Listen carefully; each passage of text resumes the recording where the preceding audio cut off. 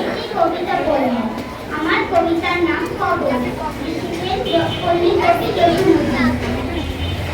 কালি তোর কাছে খবর, কালি কাছে তরি, ৩ বছর